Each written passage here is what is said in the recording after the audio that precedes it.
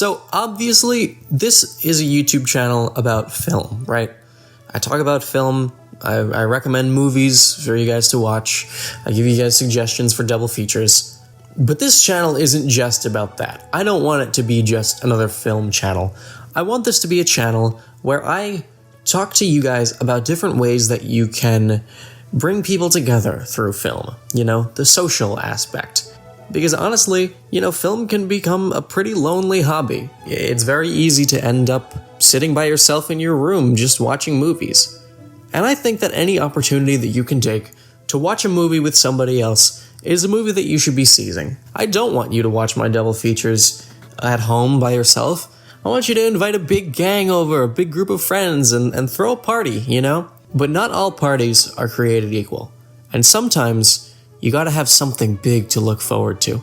So I am going to walk you minute by minute through the process of throwing a perfect Diary of a Wimpy Kid watch party. Phase 1, the animated guys. So in 2021 and 2022, there were 2 new animated Diary of a Wimpy Kid movies put out directly to streaming on Disney+. Instruct your guests to arrive promptly at 7 p.m., and as soon as 7 p.m. starts, hit play on the first movie, regardless of whether the guests are there or not. There are a couple of other steps that you're going to want to take. Play it at a somewhat low volume that facilitates conversation among guests. If possible, bring out any additional seating a little bit later on, so that for the time being there are fewer seats than there are guests. Remain standing yourself, and leave a plate of hors d'oeuvres out where they are inaccessible from a sitting position. All of these steps will aim to create an environment where your guests are aware that it's okay to mingle and talk with each other and get comfortable and get a little settled in. And I know what you're thinking. Well, how are we supposed to do that when the movie is going? And, just the honest fact is that these movies are really nothing special. They're a marginally more faithful retelling of the first 2 books, but there's just not a lot to look at. They feel very abridged. There's a lot that's left out here. The first one is not even an hour long, and the second one is like an hour and 15. Honestly, they're just the same story as 2 of the movies that you're going to get to watch a little bit later. So it's really not worth it. Don't use the bathroom on the second floor. That was a big mistake. No, what happened to Rowley in the bathroom on the second floor? So, that first movie should be finishing up at about 8 p.m. Get the next one on, as soon as you can after that. That should be wrapping up around 9 p.m. And your guests should be kind of settling in, getting ready for the watch party. Bring that extra seating in, make sure everybody's comfy, everybody's cozy, and get ready to show them the long haul. I watched Diary of a Wimpy Kid: The Long Haul for the first time in preparation of this project, and it was honestly a truly joyless experience that I cannot recommend to anybody. This is a really bad movie. The cast is really bad. None of them are very good at acting. They used a very weird and bizarre book to adapt. They shoehorned in this weird subplot about Greg wanting to go to a gaming convention to see a gaming YouTuber after he becomes a viral meme. It's a really awful movie, and one that I cannot recommend. But for the sake of completion, if you're going to throw a Diary of a Wimpy Kid watch party, you may or may not want to include this one. It is certainly the most controversial pick, but keep in mind, there is value in watching bad movies. It can be fun, especially with a big group of people. As dreadful and nightmarish as watching this movie was, honestly, it would have been a lot better and a lot easier to stomach if I had been watching it with a group of friends, but I decided to watch it alone instead on my day off. A lot of the buzz going around when this movie was coming out was the fact that Roderick had been recast, and there was the whole not my Roderick situation. Honestly though, Roderick was kind of the best part of it for me. I mean, I think Charlie Wright is a pretty decent actor, and maybe he was miscast in this role, but I mean, look at the rest of the cast. It's not like any of the rest of these were really good casting choices.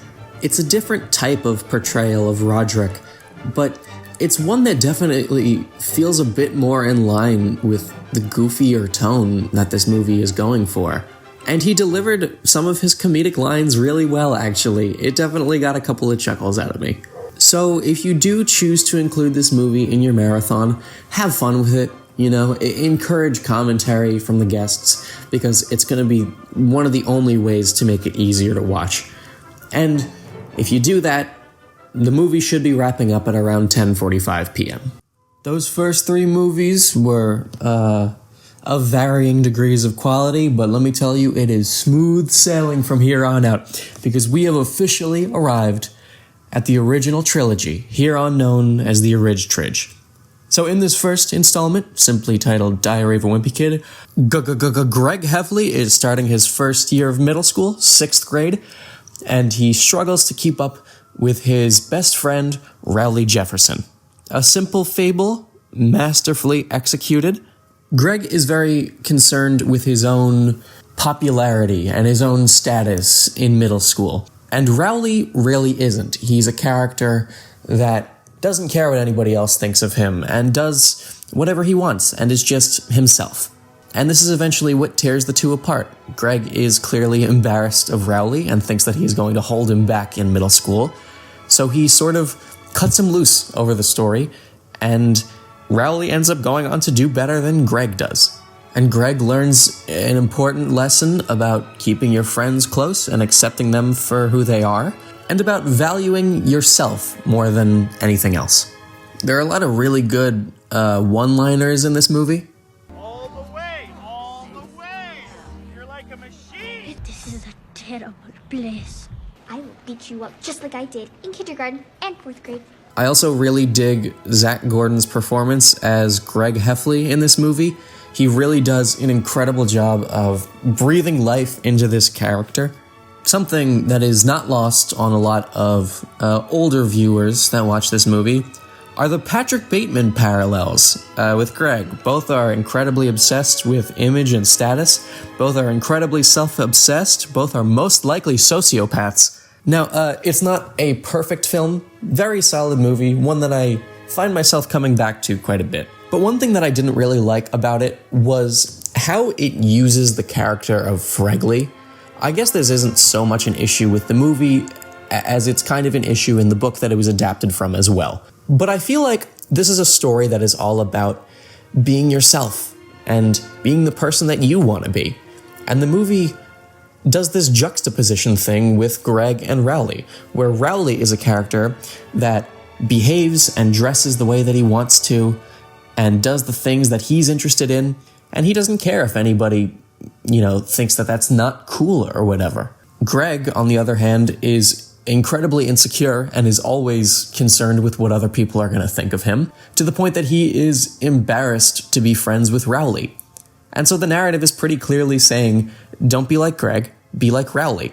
So the introduction of Fregley into this story just feels off. It feels a little tonally inconsistent with what the rest of the movie is trying to say. Because Fregley is also a character that does what he wants and doesn't really care what other people think of him. But the story treats him like a weirdo. That's the entire point of his characterization. There's this scene where Rowley decides to go hang out with Fregley, and he decides to have a sleepover with him to kind of get back at Rowley for ditching him for his better friends. And the entire point of this scene is to show that the only people that Greg can muster up to hang out with him when Rowley isn't around are weirdos. And I never really liked that. I feel like this story is a little bit unfair to Fregley. Another complaint that I have about this movie is that the family is incredibly underutilized. The next two movies in this franchise will go on to show you that this is an incredibly talented cast of characters. The Heffley family is all perfectly cast, and you just don't get to see a lot of them in this movie. I know, the story really isn't about the family, so there doesn't need to be much of a focus on them, but you do get a lot more family stuff in the subsequent movies, and it's way better, because I love all of these characters, and I love all of the actors that play them, especially Steve Zahn as Frank Heffley. He is incredible, but a little more on him later. So at this point in the marathon, it should be about 12:15 a.m., and honestly, that is not a very generous assumption, because that assumes that you're skipping over all credits and everything, and just firing each movie in one after another. And you're not taking any time to kind of process everything with your guests, going over highs and lows, parts that you like, parts that you don't like about the evening, which you absolutely should be doing between movies. So at this point, it is most likely well past 12:30 a.m.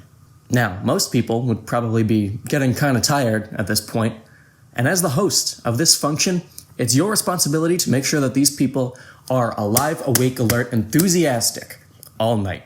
Because we still got 2 more movies left in this thing, and you got to keep those guests on their toes. So you got some options. You can get a Keurig machine, good thing to have on hand, an espresso machine if you know how to use it. You could run to Dunkin' Donuts, get your hands on a box of Joe. You could send a guest out on a coffee run, just give them some caffeine first so they don't fall asleep at the wheel or anything. Nothing kills a watch party faster than, one of the guests crashing their car. Point is, you got some options. You got to keep the guests alert, awake. What did I say before? Alive, awake, alert, enthusiastic. So make sure that everybody is appropriately caffeinated, because we got at least 3 more hours of this thing. So now that once everybody's good, everybody's set, everybody is alert, you're going to want to be alert for this next one, because coming up, we got Roderick Rules. Ladies and gentlemen, boys and girls, we have finally arrived at the golden goose of this franchise, Diary of a Wimpy Kid, Roderick Rules. This movie is so good, guys. I'm not even as far as the franchise goes. I genuinely think that this movie is incredible. It is the best of the best, the creme de la creme, and let me tell you why. First thing that I noticed upon rewatching this thing, the humor is so much sharper and swifter than it is in any other movie in this series. Do you have an amazing talent that you'd like to share? India's fascinating. It's the jewel of Southeast Asia. I love this movie, Frank. Don't you just... Especially from Frank Heffley. I told you he'd be coming back. He gets a lot of his best stuff here. But having a brother is one of the most important relationships of your life. This roller skating kid is really good. Don't you think that? I haven't been able to look at that bathroom door for 2 weeks. I knew that door had a lock on it! Another thing that I think is a definite improvement over the last movie is that they kind of reel Greg's sociopathic tendencies in a little bit. And so it makes his character arc much more relatable. In this movie, he is struggling with his relationship with his older brother, Roderick, and throughout the movie, he has to try and find a way to bond with him and form a closer relationship with him. It's definitely a much more relatable arc to go through than the one in the last movie. In this movie, everybody with a brother has gone through something like this before, and it's just a little bit more easy to relate to than the situation in the last movie where Greg, was actively a bad friend and had to learn how to become a better friend. In general, I think the story unfolds a lot better in this one. At the start of the movie, Roderick throws this big party with a bunch of his high school friends, and then after the party, him and Greg have to quickly struggle to clean it up as quickly as they can before their parents get home. And they're able to get everything pretty much spotless, except for this bathroom door. Maybe we can paint over it. I don't know how to make paint! They remove it, and they replace it with one from the basement that doesn't have a lock on it. I think this plot point is just so clever. I love it so much because it's constantly teased throughout the story as their parents continue to use this bathroom and comment on it, thinking, didn't there used to be a lock on this door? It's constantly teased that they're gonna find out. And when they finally do, this door is just a powder keg for the events that unfold. I think the gaslighting in this movie is pretty fun too. I know there was a lock on that door. There wasn't, trust me. Another thing about this movie is that the family is put to better use overall in this one. I already talked a little bit about Frank, but Roderick and Susan both get a lot more screen time and just a lot more to do in general, and a lot more to shine as performers. And I really dig that because they're both incredible actors, they both are perfectly suited for their roles, and it's nice to see them shining a little bit more.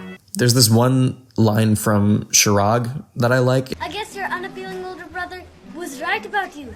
You have no game. Another character that we're introduced to this time around is this guy named Bill. He is a guitarist that Roderick hires for Loaded Diaper, and this guy is completely unrecognizable to me. So I had no idea that he was the same guy that played Marty in Cabin in the Woods. I'm kind of blanking on his name right now, forgive me for that. But I had no idea. This guy is a really good actor. Cabin in the Woods, by the way, is another movie that you guys should really check out. Respect your parents, boys. That's what Joshy says. Shh. Loaded Diaper has this big performance at the end of the movie.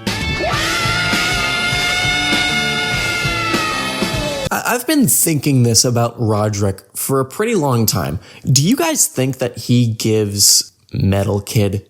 Because to me, he doesn't really. He has more of like a Billy Joe Armstrong vibe to me, you know, with his messy hair and the eyeliner and like the tight clothes and stuff.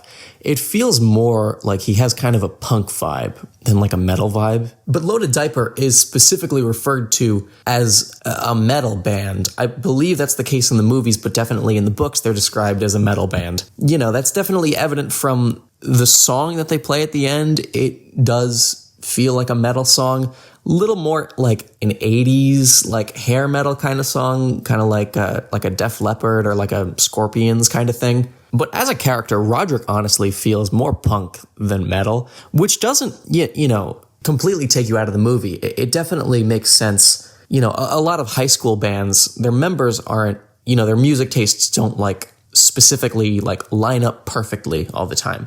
So it would kind of make sense if Roderick was a punk drummer, but he had, you know, friends that were into metal and they decided to start a band together, and it just never really mattered to them that like their tastes weren't exactly in sync with each other. Just a little thing that I think about sometimes. I would say if this movie has one flaw, maybe this doesn't even really constitute a flaw with this movie, but something that I don't really like about this franchise as a whole, I would say, is that it feels like a lot of Greg's character development from the last movie has kind of gone by the wayside. Because Rowley is, of course, he returns for this one, and Greg kind of goes back to treating him very similar to the way that he treated him in the last movie. It's not center stage like it was in the last movie, because a lot of the antics with Rowley are kind of secondary to what's going on here. It's not a story about Greg's relationship with Rowley, it's a story about his relationship with Roderick. But there are definitely some moments that it feels like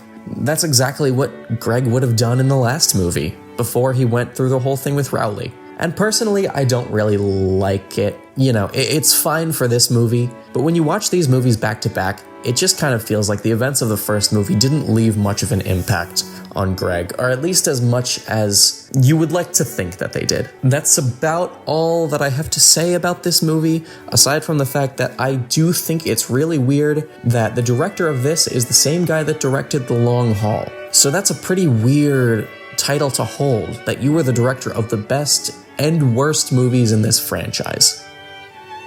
Moving on. Okay, finally, last but not least, we got the end to the Ridge Tridge Diary of a Wimpy Kid Dog Days. Before you get this one started, might be a good time to recaffeinate, you know, make sure that everybody is feeling strong for this final entry. I'll admit, this is a bit of a weak film to end on, but if I'm being completely honest, nothing really could have topped Roderick Rules. This movie starts with the Heffley family attending their local pool on the first day of summer. And while they're there, they run into Lenwood Heath, a kid that was a bit of a troublemaker back in the day, but he has since gone to preparatory school and has come out a clean-cut all-American man, which gets Frank Heffley going, I really hope that they don't have to change that sign, like, every day. This is my least favorite movie of the original trilogy. It came out last, and it's the one that I've seen the least. My brother and sister and I used to endlessly rewatch the first two, but I think we only saw this one like once when it came out. So for one, this just isn't a movie that I have a great amount of nostalgia for, which I'm sure has kind of a negative influence on my opinion of it. But even watching all three of these back, you know, going back and rewatching these again, and trying to look at them kind of objectively, this still feels like the weakest entry in the series. For one, I would have preferred if this movie focused on Greg's relationship with his father a little bit more, because it feels like the trilogy is kind of following this arc where Greg first learns how to be a better friend, and then how to be a better brother, and in this one he would learn how to be a better son. Which I guess he kind of does, but this movie is just so unfocused on that, and it throws in a lot of other stuff that has nothing to do with his dad. This movie wastes a lot of time at the Jefferson family's country club, going to the boardwalk with the Jefferson family. In case you didn't know, Dog Days was actually the fourth Diary of a Wimpy Kid book. There was a third one that came out between Roderick Rules and that one. It was called The Last Straw. And this movie seems to kind of borrow elements from both books and adapted them into a single movie, which I think is where this movie kind of suffers. It feels like they tried to take the best or the funniest parts from both of those books and adapt them into one story, but it just doesn't work as well because, you know, Roderick Rules, I think, is the best movie in the series, and I think one of the reasons why it worked so well is that it stays focused on Greg's relationship with Rowley, and there's little else that distracts from that. But this movie is entirely distractions from that, and it doesn't really feel like the story earns this great ending where he finally figures out how to bond with his dad. And so for that reason, you know, it's just a little bit difficult to kind of describe the plot or give you like a gist of what this movie is really about. The humor it's not as sharp, it's not as swift as the humor was in the last movie. It might even be a little bit worse than the first one. So many of the jokes in the last couple of movies worked because they were funny lines, you know, funny little things that the characters would say and that the actors would just make really funny, way funnier than they might have otherwise been. But this movie just feels like they were trying to write funny situations, but there's just something that's kind of off-putting about it. This is the movie that I feel the least compelled to come back and revisit from time to time. Also, the end of this movie kind of starts to feel like a TV show, because there's like 3 different lessons that Greg learns in like 3 different scenes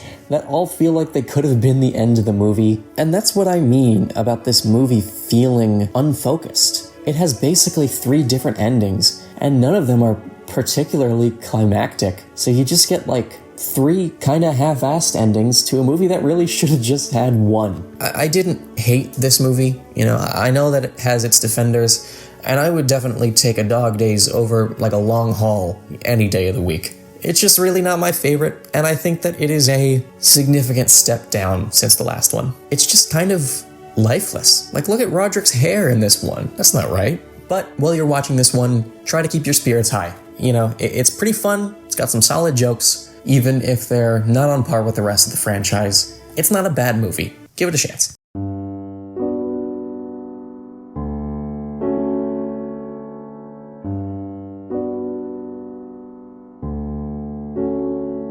If you watch all the movies end to end, you know, with no space in between, you'll be wrapping up at 3:30 a.m. I'll be generous. I'll assume that, you know, you probably take like a collective hour of time between like movies. So, you know, let's call it 4:30 a.m. Finish up, wish your guests the best, and send them on their way. I think that's just about gonna do it for this video. It's been a long ride. It's been a fun ride, though, revisiting these movies and getting to talk about them and getting to share my thoughts with you. I'm really glad that I'm finally able to make YouTube videos because it's something that I've wanted to do for a really long time. And it brings me a lot of joy. It makes me really happy when I get to finally finish one of these. Thank you guys for watching. Thank you guys for sticking around this long if you're still here. And if you've stuck around this long, you know, I'm assuming you're interested in some of the things that I have to say, so I might as well use this time to talk a little bit. Obviously, this was a pretty big project for me. This is the biggest video that I've done so far. I'm planning on having a couple videos like this out in the future. Nothing this big for a little while, though. You know, it's a big project. Big projects take a lot of time. So, you know, it's going to be a couple of smaller videos, the next few ones. A couple double features, a couple little quickies, you know. Might be a good time to let you guys know what I'm planning for the next couple of months. I'm going to stick with the schedule, double feature 1 week, then kind of a one-off the next week, and then a week off. I'm going to do that until Friday, October 13th, and that's going to be my last video for a little while. I'm going to take a month off after that. I promise I'll come back. Don't worry. You know, I'll bring more content for you guys. Don't worry about that. I love making videos. I'm not going to stop anytime soon. I'm going to have to take a little break from this thing sooner or later. But I promise I will be back 4 weeks after that. I don't have my calendar on hand, so I'm not sure exactly what day that'll be. But I'll be back 4 weeks after that with a new double feature. I hope you guys stick around. I hope you guys like it. Thank you for watching the video. And if you've stuck around this long, if you want to do me a big favor, tell a friend about this channel. You know, if you think you got a friend that might be into this video, if you think they might like it, or think I'm funny or charming or whatever, or something like that, send it their way, you know, or tell them about it, or show them one of my other videos. That would really mean a lot to me. You know, it's already enough to ask you guys to watch my videos, but I would really appreciate it. And if you stuck around this long, I really appreciate you for sticking around. One more time, thank you for watching. I'll see you in the next one. All right, take care.